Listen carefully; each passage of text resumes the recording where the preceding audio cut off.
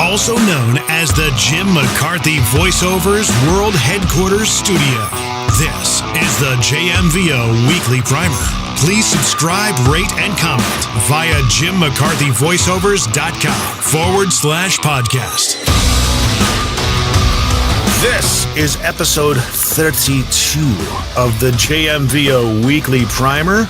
The JMVO Weekly Primer is about making your life better through marinating your mind in good stuff. My name is Jim McCarthy, owner, operator, and chief bottle washer at JMVO. I believe that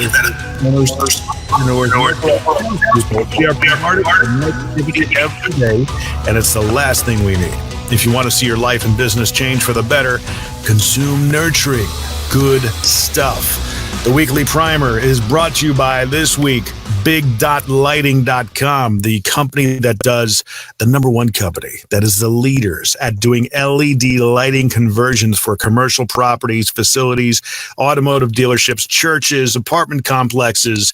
What have we been doing? We just finished Trevecca University, gyms, Anytime Fitnesses. We just converted them over to LED lighting as well. Big.lighting.com. Check out our lamp program, lighting and maintenance program. You'll be able to pull that down in the services menu.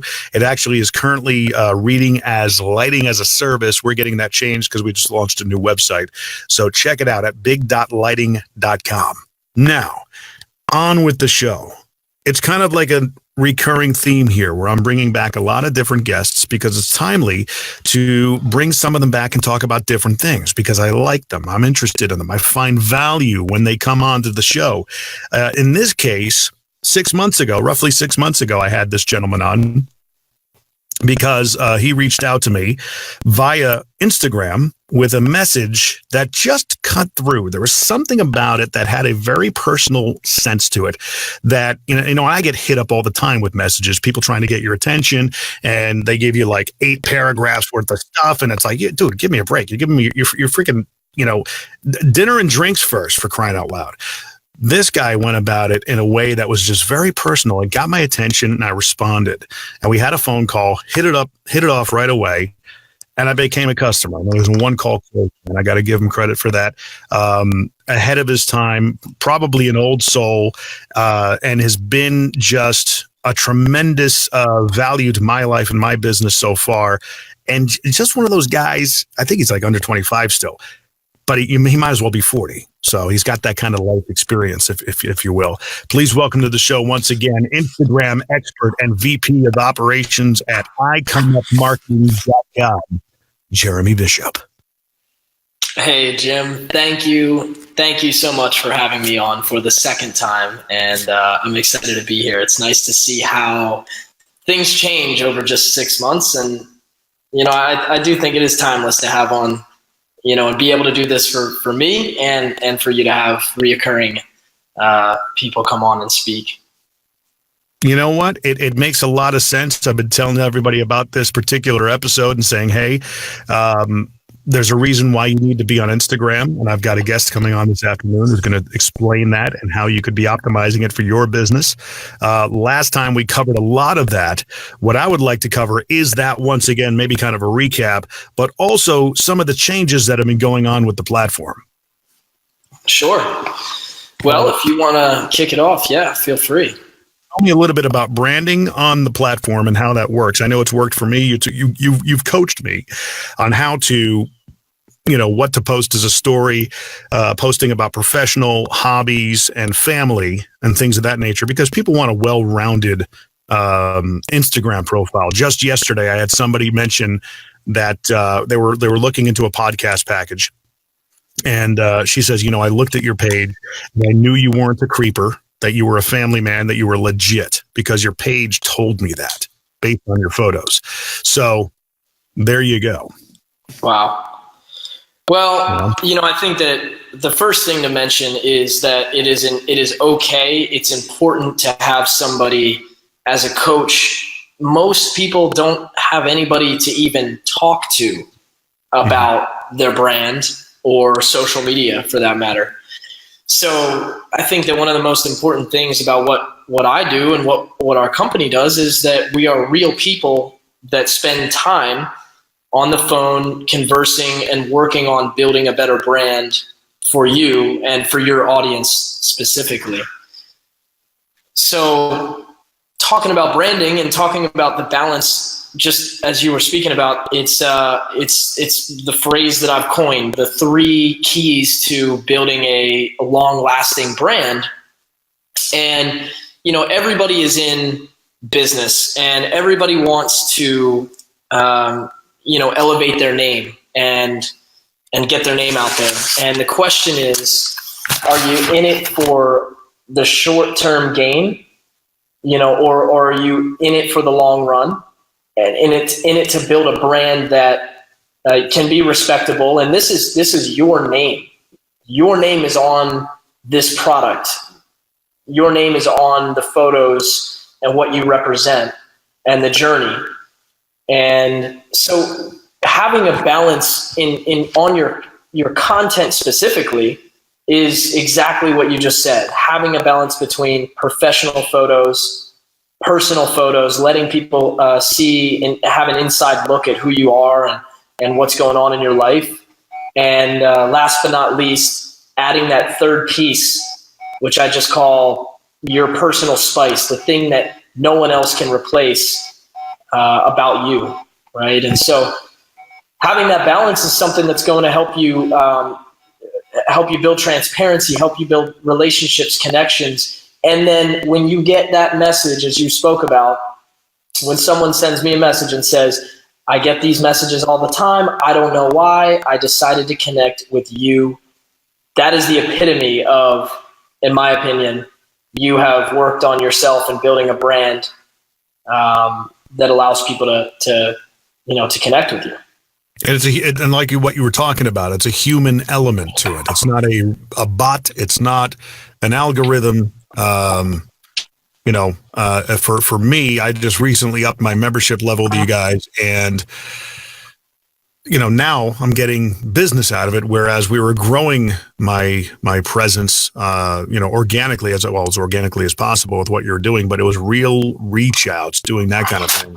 And I said, just go after other podcasters. I want to be introduced to other podcasters for what I do. And that's what you guys have been doing, to the point where, even for me to bring other people to the table, like Rich and now he's bringing his business to the table, which is awesome. Right. And, for me to do that takes a lot. So kudos to you. Thank you. For those who are trying to do it or, on their own, I know that, in the beginning you said I was of the mindset of, no less than 30 hashtags. And you're like, do 5 to 7 that are somewhat, under 100,000 hits on them in terms of engagement and stuff. Don't go crazy with the hashtags and pick the one that's got the most views on it.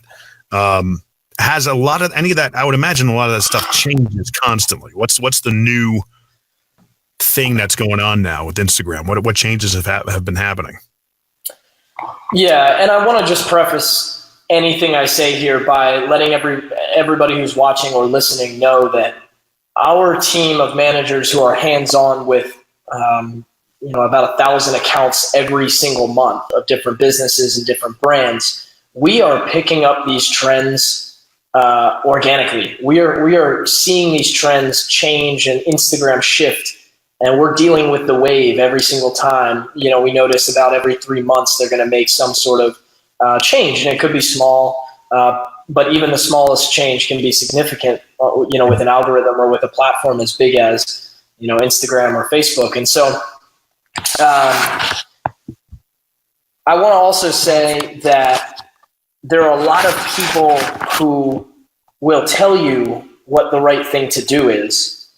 And, I can only be so transparent as to say, I have no connection to the Instagram CEO, and I cannot simply call somebody and I can't tell you, I don't even think they know how these algorithms work at this point. So I just want to preface it by saying we're testing and we're figuring out what works. For instance, we found out that if Jim wants to go out and follow a certain amount of people every day and create a new relationship, if you post 30 hashtags under a photo, that actually goes into a group of actions, meaning the same action as following someone is also the same action as posting a hashtag. So you can choose to do basically one of two things: post 30 hashtags and hope for the best, or you could go and target and follow a specific niche group of people who will actually see you following them. And for us, that is so much more beneficial in order for you to get your name out there. So we recommend, honestly, 3 to 5 hashtags.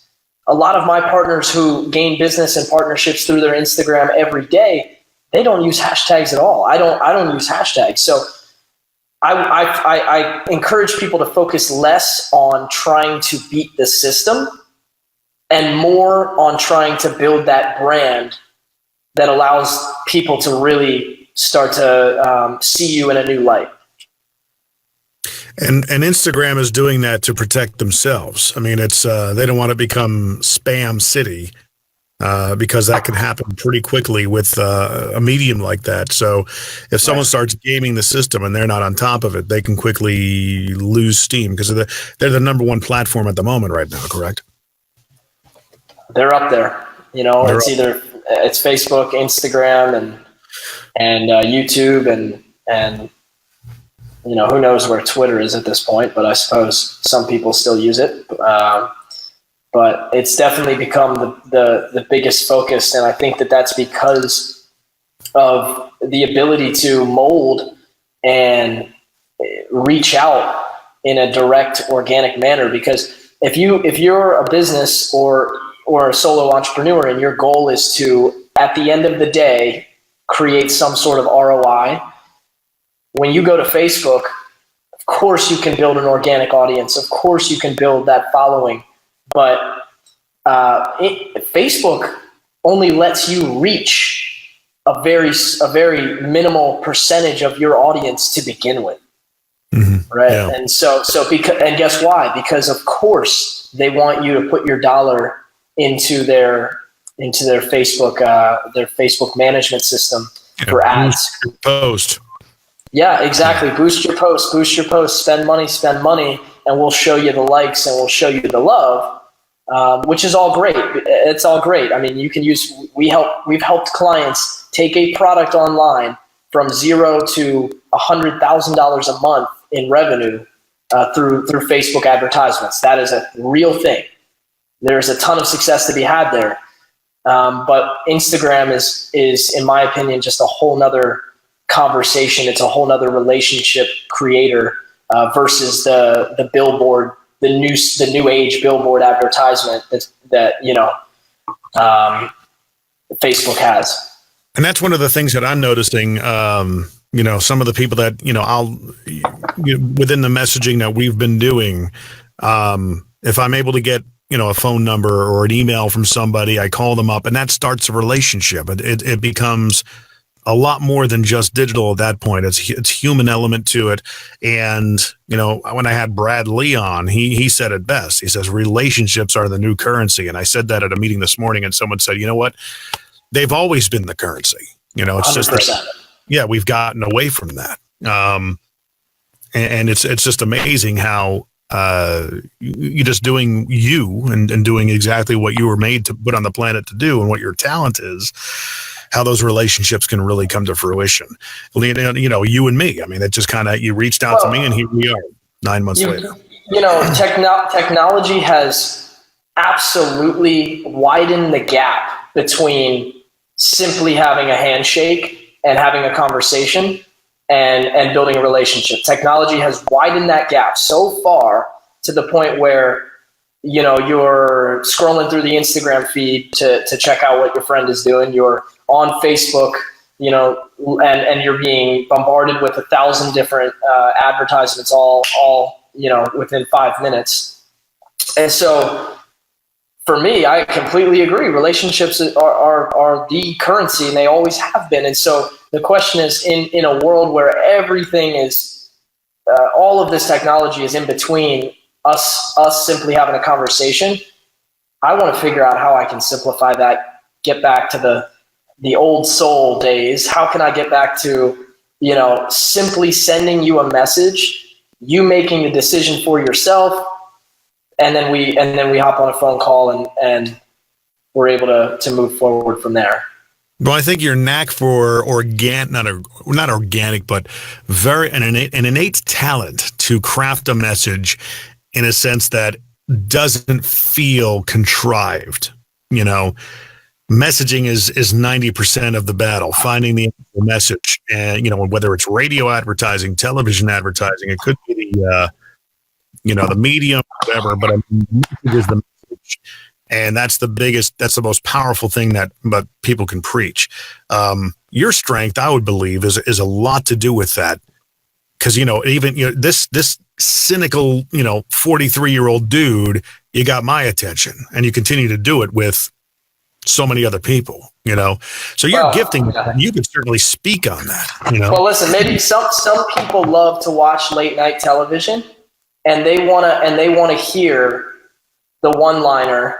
They want to hear the, hey, listen, we've got the, learn how. I was just speaking with my Facebook manager, Tom, and he said, he's generated so that when a client puts in a potential product that they want to sell, it formulates 100 different ideas for scripts that might say, this product can help you lower your golf score by X amount in a matter of a week. They want to hear, some people, they love those one-liners. Now, your script and my script, the difference is that I like to see a message that simply says, hey, what's going on? Saw your page. This is what I do. Good to meet you. And, it probably 9 times out of 10 people are going to respond, but that 10% of people are the ones who matter. Sure. Me being one of them. Exactly. Because, so many people were afraid of, and that was, some of the people that I sent over, that was their concern, is that, is this an automated thing? Am I going to get junk followers? And it's not, it really isn't. So, I mean, it's kind of worked out for me. I'm happy with it so far. What is your goal? I mean, where do you see, where did you learn this kind of stuff? Tell me about your background. How did you kind of come up with this? Well, I think from an early age, we talk about the difference between talent and skill, right? Let's start there. So talent, for me, I'm sure it's I don't know if what you do as a podcast editor and being able to run this podcast and being comfortable speaking into the mic, is that a skill set, or do you feel like that's a talent that you've had for many years? Mm-hmm. Right. So for me, speaking in front of audiences, having, building relationships, always having the friends that were 5 to 10 years older. And that was a talent of mine. And so, when I was in school, all of the other subjects were very difficult because those were things that I had to focus on to build skills. But then when I would get up and do the 8th grade speech in front of, a few hundred kids, that was the project that I got the highest grade, out of everybody else. Right. So I've taken that and I know that that's a strength of mine. So of course I've worked on it and ended up in the network marketing world, and building relationships is obviously key in building any business, really. And I didn't really think of myself as somebody who would become really good at sales, but it definitely developed from storytelling, relationship building, and hey.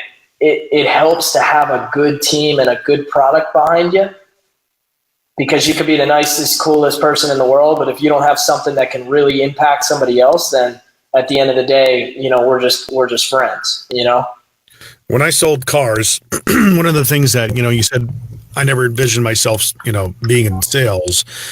But when I sold cars, there was a point in time in the beginning when I was trying to find my rhythm, my voice about selling, even though I thought I was a good salesperson before, having the notion of feeling like you're selling was troubling for me. But it wasn't until I got to the point where I was able to be comfortable with my presentation, the process, the fundamentals, and the product that I didn't feel like I was selling. is that something that's the case with you? I mean, was there any point in time doing what you do you feel like you're selling?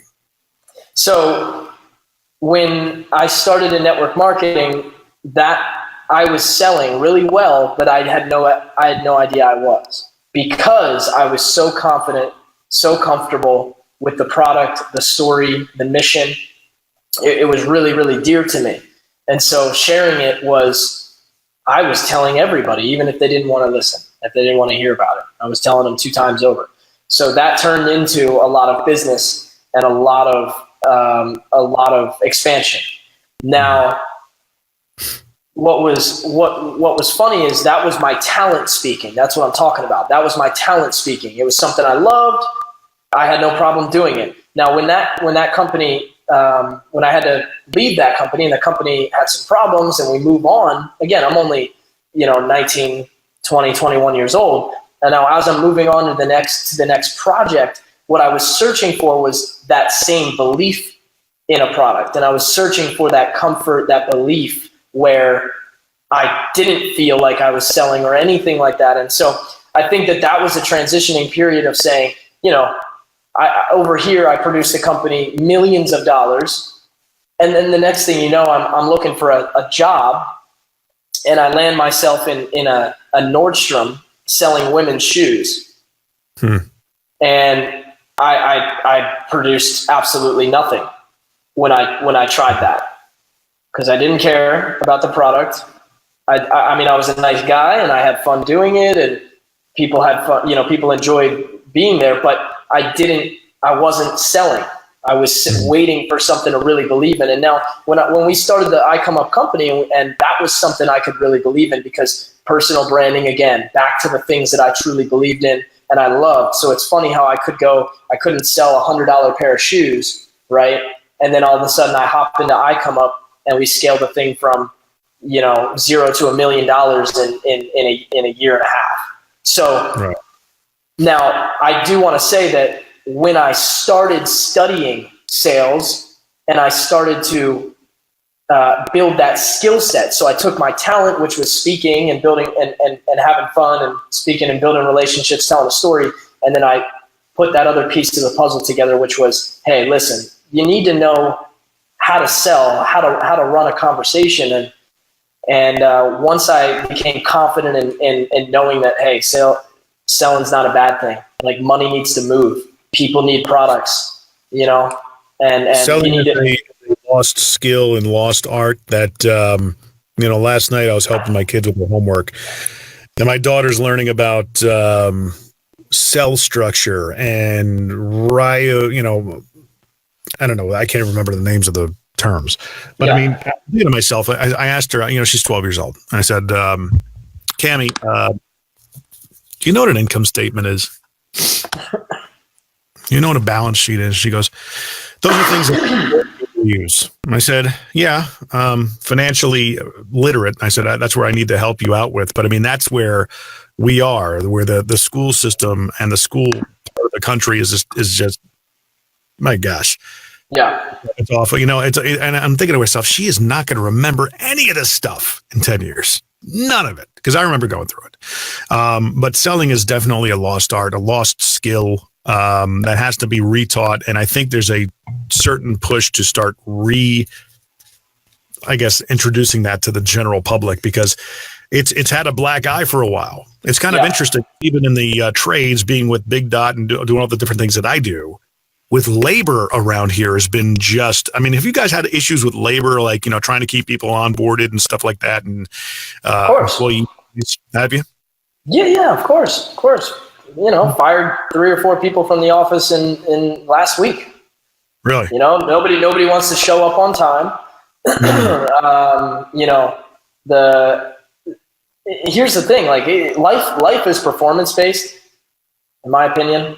Everything is performance based at the end of the day. Excuse me. Nobody wants to sell. Everybody wants to be in a position, and they want to be paid, salary. They want to be paid a certain amount of money to do something.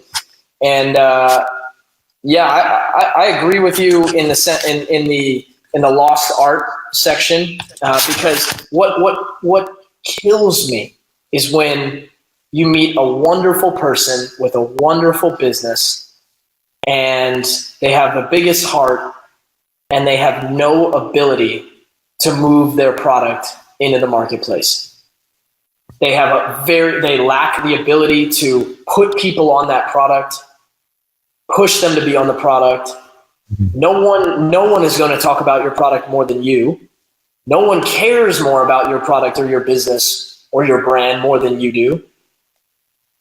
So a lot of people just open their doors for business and they wait. Yep. And they hope. Yeah. Waiting and hoping is not a strategy. It's not a good one. It sounds like you have, like a similar, and I'm getting onto different topic. This is the way the show is kind of set up now. I just kind of, whatever kind of comes up. We, even with the selling, the notion of learning how to sell and imparting it to the youth of this generation, even just having the blue collar skills, those are making a comeback as well, which I'm really happy about. At one time, I wouldn't have thought that way, but now I really am, because they're so practical, they're so useful. Given that, you're over 25 or no? 25. You are 25. Okay. Yes. So the last time we had an economic correction, you were still in high school, correct? In 2008. Yes. Yeah. Being that you have such wisdom at your age that I wish I had, or are you doing things to prepare for that next eventuality when the economy adjusts for yourself? Just out of curiosity. Yeah, it's an interesting thought. That's a big thought. Yeah. I talk to young people all the time, and I feel like this is kind of what are other young people, including myself, doing, on a daily basis. And, you said that I think like, I act like I'm 40, or I think like I'm 40. And the truth is, I don't know how to compare myself to somebody who is preparing versus not comparing. But all I know is the more money that I can put away, store it and use it, as Grant would say, and the more people that I can impact, the more opportunities that I can keep close to me, and people that I can keep close to me, is going to help set me up for success no matter what happens. It's crazy to think that I have no idea what went on at that time. I don't remember anything changing. I don't remember anything. I don't remember not being able to, do things, et cetera, et cetera. And I look back, and now that you're bringing this up, I just think to myself, man, my grandfather, who just retired at 88 years old, and worked for, a $3.2 billion a year company, Gore-Tex, and just retired at 88 years old. And I think to myself, maybe he's the reason why I didn't even flinch or feel anything change when that went down, because he stored and stored and stored and built a legacy. And the guy's going to be 90 years old next week, and I just think to myself, man, maybe that's the reason why I don't remember not being able to go to, to be a kid, right? Not being able to not have something on the table, or, whatever other people had gone through, the house being taken away, right? Well, maybe it's because he bought the house cash for mom and dad. He bought the house cash for so-and-so. So as a young person, I look up to this man that I've spent a lot of time with. I'm talking a lot of time with. Everybody wants to hang out with the young hip guys doing the car thing, doing the cool entrepreneur thing. I'm sitting in a kitchen on an old antique kitchen, sitting at the old antique kitchen table, asking this man questions after 88 years of building a life. Yeah. And to be honest, those are the things that I take every single day, and I'm like, man, this guy has never flinched. So this is what I need to work towards. Well, I think that's a big takeaway for you, and something that you can impart. That's a lot. Even Vaynerchuk talks about that stuff, where basically it's go spend some time in a nursing home and hang around some old people that are approaching the end of their lives, because you got to remember they were once your age. Yep. And, my wife, myself, I spent some time in a nursing home. I used to work in one, and I used to remember they had two separate dining rooms, one for the, moderately functioning people, and then the ones that were just on their way out. I mean, they were, they couldn't function anymore. Yeah. So those people, we would always go in and I would serve. I was like, 16, 17 years old at the time. And I'd go, these people were once my age, thriving, and doing all this stuff. I wonder what they did and how they ended up here. We're all going to get there, hope if we have a long life, eventually it's going to be us, Right. And that's a very big takeaway of wisdom that I can appreciate and respect of you, because I don't think a lot of people around your age really do that or even consider doing that.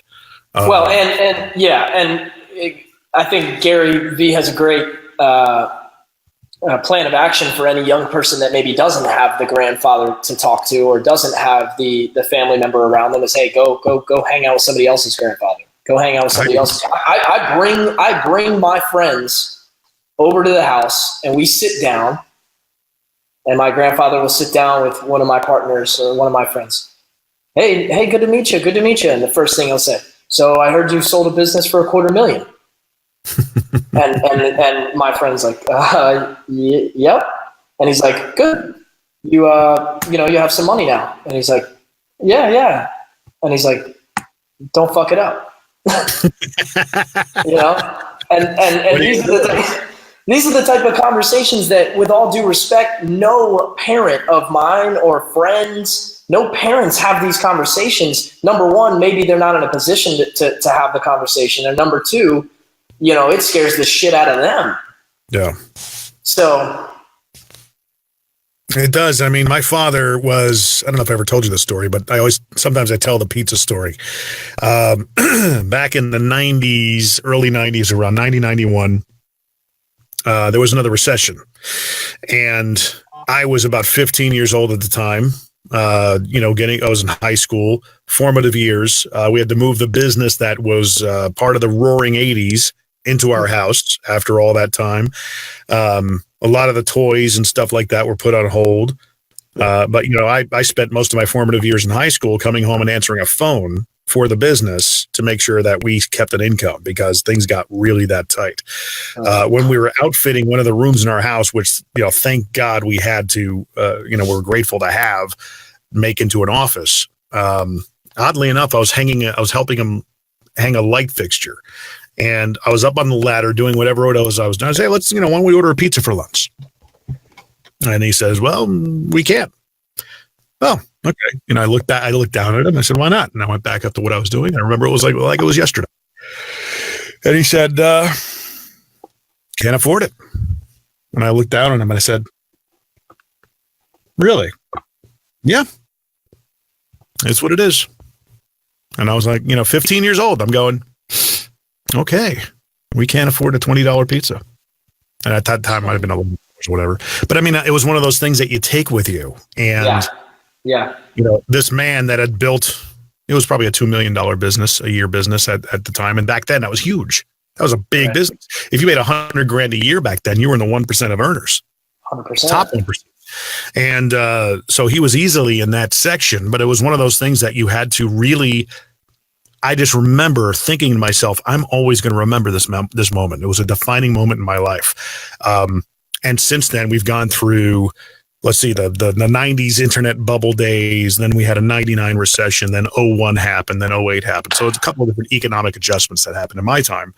So you really start to, I'm stacking and racking right now, accumulation mode, as Matt Monero calls it. And I'm trying to make sure, because I got a lot on the line with family and house and all that stuff, right. to make sure that is as intact as possible whenever this adjustment comes. And hopefully it's not as severe as everyone thinks it's going to be, which I don't think it will be, but because I think we're a lot more aware of it. But either way, getting on to other things, I'm glad to have that conversation with you. Well, one last thing here. Yeah. Talking about all of these adjustments, it reminded me, I had my lady bought a book for me while we were in an airport, and it was basically the history of taxes. and how to save for retirement. And I came across this chart that showed the tax brackets from the year that taxes started, from 1920 something, 1913, and all the way up. And it's just interesting because we're talking about all these shifts. People say, taxes are going to go up, they're going to go down, this, that, and the other.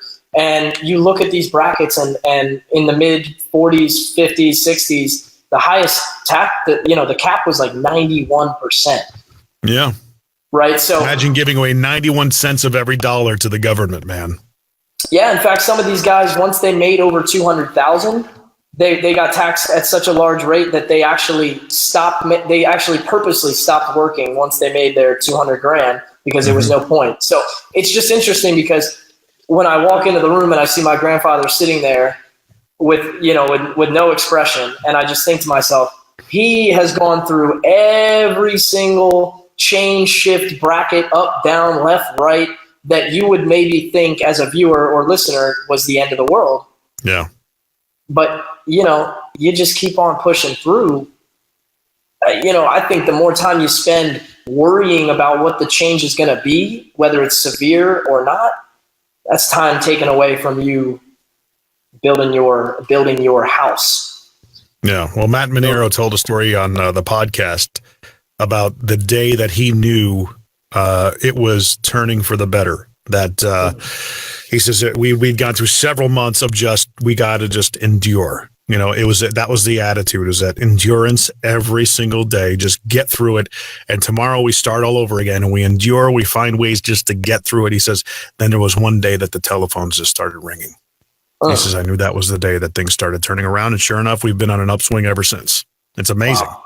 And it's funny because I think with the advent of social media, because I believe, and I don't know if you agree with me on this at all, maybe this is a conversation to have with your grandfather. Economies are a mindset. Media feeds into the frenzy that, hey, the big bad, monster under your bed, the bad economy is now starting to rear its ugly head. And, there are some facts that drive that paranoia and that fear. Of course. But at some point, people have to change their mind, because an economy and a stagnating economy is just a large group of people who stop cash flow, who stop spending money on things. Yeah. You got to imagine that there's going to be voices in the wilderness on social media saying, no, okay, yeah, we got to go through it, but let's keep it short. Okay. Understand that economies move and breathe with cash flow, cash moving, and valuations and things of that nature. So I would imagine that when it does happen, it might be interesting having the social media aspect, and hopefully people getting on board with saying, no, we choose not to participate in the recession. We're going to spend money. We're going to do business with people. I love that. That'll be the name of the community, or the name of the next movement through young people, is to say. And I know it's naive to say. Of course, there's data. It's like saying that throwing plastic into the ocean doesn't hurt it. So of course, but I think you do have a generation of people that could make something scary like that seem like nothing. Short-lived. I don't know. Short-lived. And because you didn't have the kind of widespread communication that we have now back in 91, back in 98, 99, 01, 08 was still kind of question. Instagram, I don't think it wasn't around at that point. Twitter was still birthing. Facebook was pretty well established at that point, but 08 was tough, man. 08, 09, but nobody had the ability to get out and say, no, let's not participate in this. Yes, we've had a pretty big bubble burst. We got to figure out how to endure this. But remember that. All I can take from the 08, 09 is the movie about the Big Short. The Big Short, right? That's the one thing that just keeps popping into my mind, and I'm thinking to myself, it was, number one, was it or was it not based around the housing market as a whole? Mm-hmm. So it was based around one big important thing that for many, many years prior, and this is really a sad thing, is that the American dream, etc., the whole mission as a family, the whole mission for, imagine that. Think about that. I said that my grandfather purchased the house for mom and dad, right? Mm-hmm. That didn't that take away all of the fear that basically all these other people are dealing with when they're purchasing a house and locking in for 40, 50, 60 years of 30 years of payment plus, so that in itself it was one thing, one big idea, one big dream that everybody got on board with, which was to say, you need to have a house. Well, that's the thing, is that the real estate and mortgage industries have been selling everybody that the American dream is home ownership, and it isn't. It's not. It's never, they would like it to be, but people need to retrain themselves that the American dream, this country was founded on the fact that you can carve out a life and have the freedom to do so. Okay. That was the basis. They created the country to get out from underneath the taxes of England. Okay. And I want to forge my own life. I want to, own my property, and I tell people all the time, if you buy a house and you mortgage it, you don't own the house. Okay. If you don't make the payment, they could still come and take it from you. Even if you pay it off. If you don't pay the taxes, they can come and put a lien on your house and take your house. You don't own it. You don't own anything. That's the truth. Okay. That's what a lot of people don't understand. And now we're seeing 18 to 21-year-olds locking into $50,000 to $100,000 worth of loans to go to college. Mm-hmm. And I think that has been happening for the past probably 15, 20 years. I think that is probably going to subside because, like we talked about, the blue collar wave is now starting to come to shore. A lot of people are saying it's, back when I went to high school, okay, if you wanted to become a blue collar worker, electrician, a carpenter, a plumber, any of those trades, you were thought of as a loser, okay? If you went to the trade school, Henry Abbott Tech, which was in Danbury, Connecticut, the kids who went to that school were kind of looked down upon. There was they just can't hack it. They're not college material, okay? The guidance counselors in Danbury High School it wasn't, hey, what do you want to do with your life? It was, what college do you want to go to? That was the narrative. That was the culture. So if you went to the trade school to learn any of those things, yeah, there was a little bit of, you kind of felt like you were less than, and I only felt that because I did that. I went to college for a year and a half, 2 years. Just wasn't for me. Right. Got into I worked with my dad doing phone system work, selling them, putting them in, all that stuff. And going to the white collar customers we had with attorneys and things of that nature, doctors' offices, whatever, what have you. I felt like I was always looked down upon, and it might have just been a self-fulfilling prophecy for me at the time because I felt that way. Therefore, I felt like I was being perceived like as such. It wasn't until I got into radio where I felt like my second identity started establishing itself. I all of a sudden had an identity that was my own. I was good at it. It was still somewhat of a trade, but I also knew that I'd be really good at it and I'd be able to make somewhat of a decent living at it. So that's how that kind of panned out. But I remember that part of my life feeling that way. Yeah, and I think that the one difficult part for a lot of young people when you're going through high school, going into college is it's you're either going to college, you've got a brilliant app idea, you're joining the next big business, you're starting the next big venture, and the last thing that anybody wants to talk about is the friend that I had from high school who worked his ass off in the construction business or in the home building business or the repair business or the plumbing business and saved up $100,000 by 22, 23 years old. And he's been working since before you even had, since before most high schoolers were even had a job.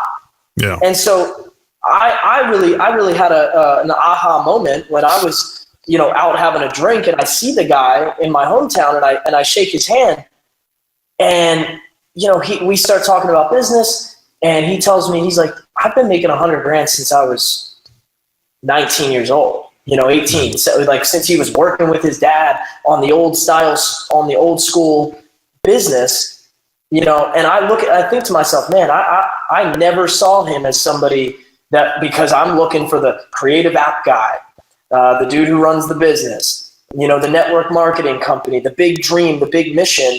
And here he is every single day putting in work, saving money.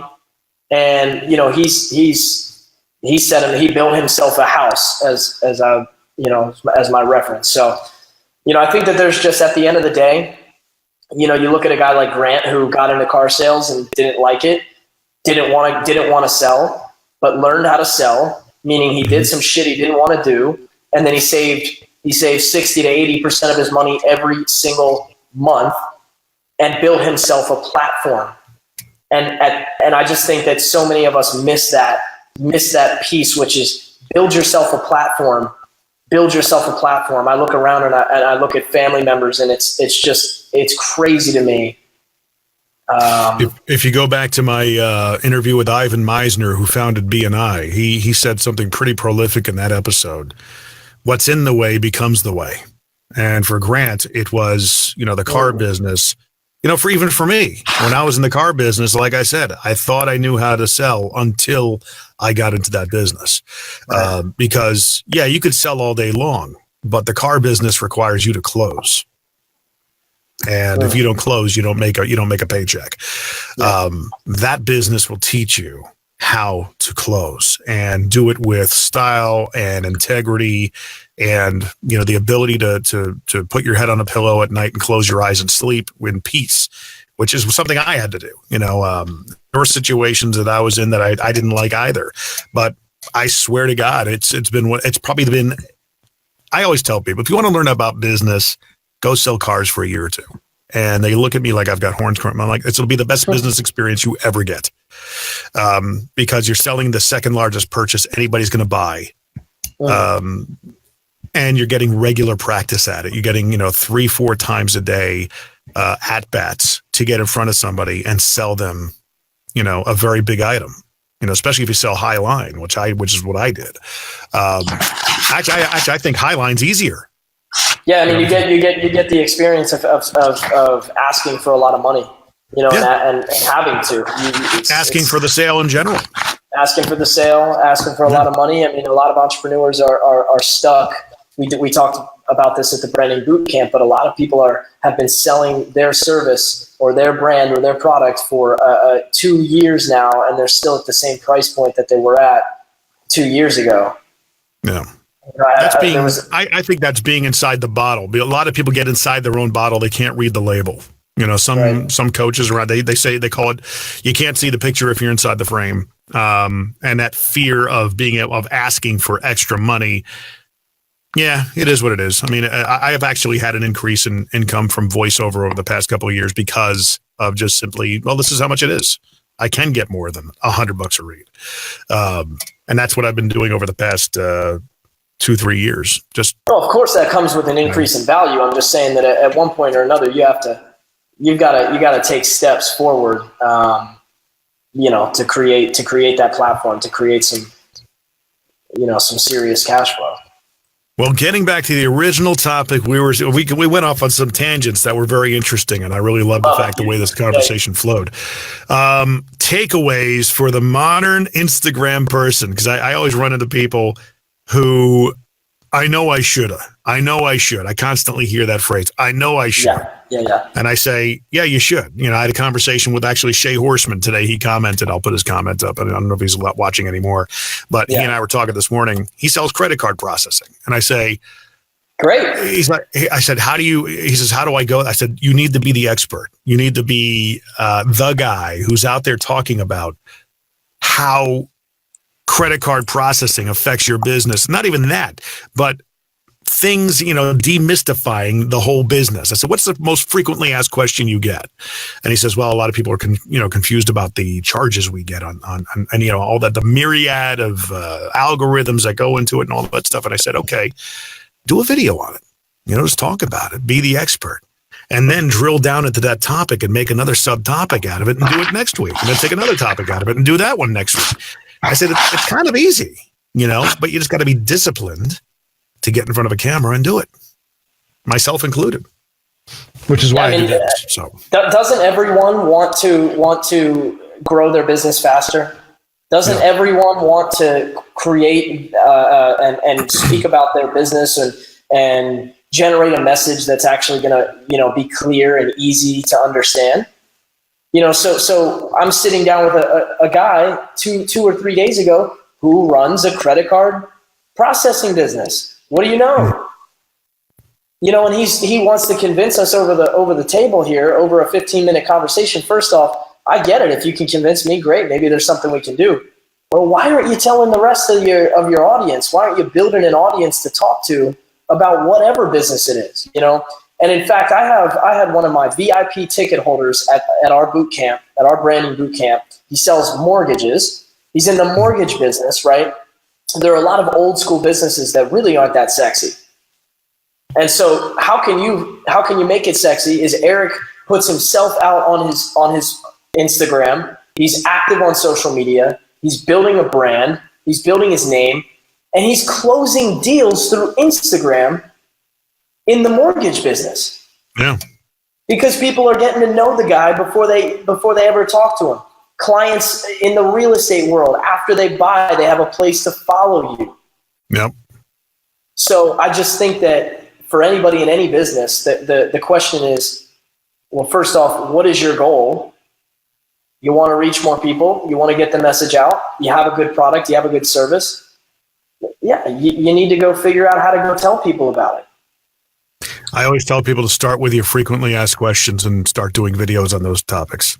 That's a great idea. People ask me all the time, how do you grow on Instagram? People ask me all the time, what is it like to start a podcast from scratch? Mm-hmm.